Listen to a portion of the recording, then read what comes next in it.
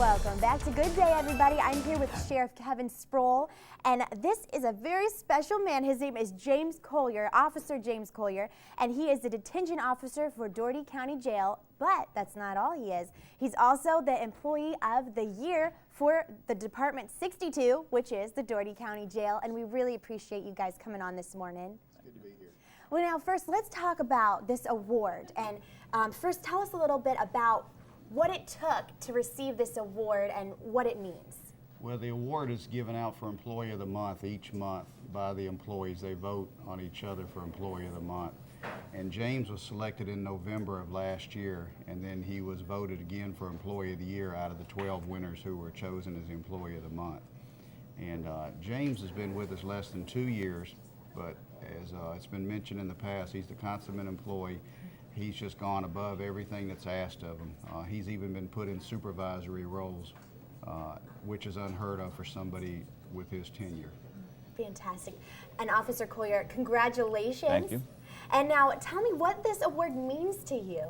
Well, it means a lot, ma'am. It can go, my peers can see it, it's just overwhelming, ma'am. It really is just overwhelming. I bet so. And talk a little bit about your job. You're a detention officer. Yes, ma'am. What is that? Explain what you do. Well, I'm over the housing and safety and security of housing inmates. Okay.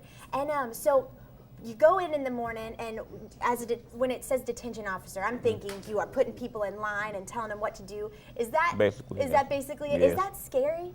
Well, at first when I first got there it was, but now I mean I'm kind of, it's kind of easy now. It's kind of laid back, so it's not as hard as it was. What's your favorite part of being a detention officer? Well, the control, the authority, of making people who have gone left get back right, making them stay in line. Try to do the right thing, try to get out and be model citizens. There you go. And what do you think is the hardest part of the job? The hardest part about the job, I think, is working around juvenile inmates. I think that's the hardest part about the job. Do you get to see success in the program, or how does that work? Well, it's a lot of success out there. Once some of them become incarcerated and they get out, they don't want to come back. Yeah, and I think that's kind of successful. And has this been your dream job when you were little? Did you grow up thinking this is what you wanted to do, or how did you get into this line of work? Well, it most definitely wasn't my dream job, but I lost my last job of 12 years, and then I had to find work. Okay. And so when this was the first thing came up, I said if I get it, I go it. I'm gonna give 110%. And look at me now. Yeah, you could break into song right now. Oh, look yes, right. That's fantastic. All right. Well, how does it make you feel to know that your peers are the ones who voted you in this position? What does that mean? Hey, it's a great feeling, but I felt once I was selected for the Officer of the Year, I pretty much knew I was going to get it. Yeah. There's a lot of people like me out there. I can see why. Yes. That's fantastic. Well, talk a little bit about what you like to do. What are your hobbies? What are some things that you do when you're not at work? Well, mostly just being a father, spending time with my wife and kids. Yeah. You want to give a shout out? Are Yeah. they watching? Oh, yeah, most definitely. I want to give a shout out to my wife, Nicole, and my 3 kids at home.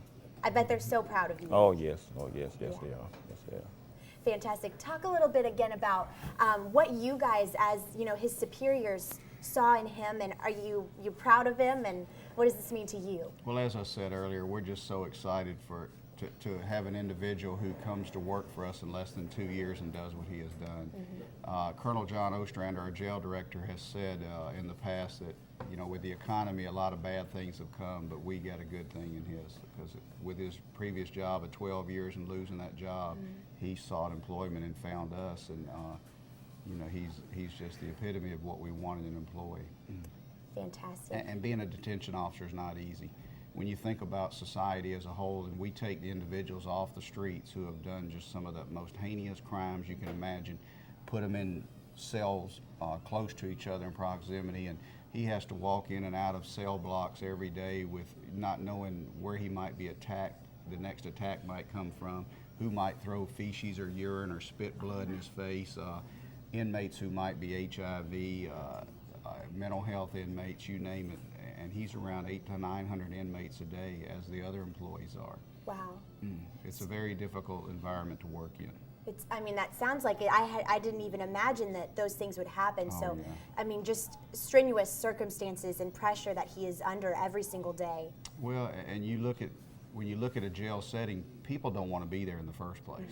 I mean, you think about it. You know, they're waiting to go to court, or they've been sentenced and they're waiting to go to prison, and they have nothing but time on their hand. And even though most of the inmates are, you know, are pretty well behaved, you do have some that step out of line that would do nothing to stop at nothing of hurting him or anybody else out there. Well, again, Officer Collier, it was wonderful talking with you this morning. Thank you. Congratulations. Thank you. And thank you, Sheriff Sproul, for being You're here welcome. with him. And we're going to go over to Melanie now. I think she's got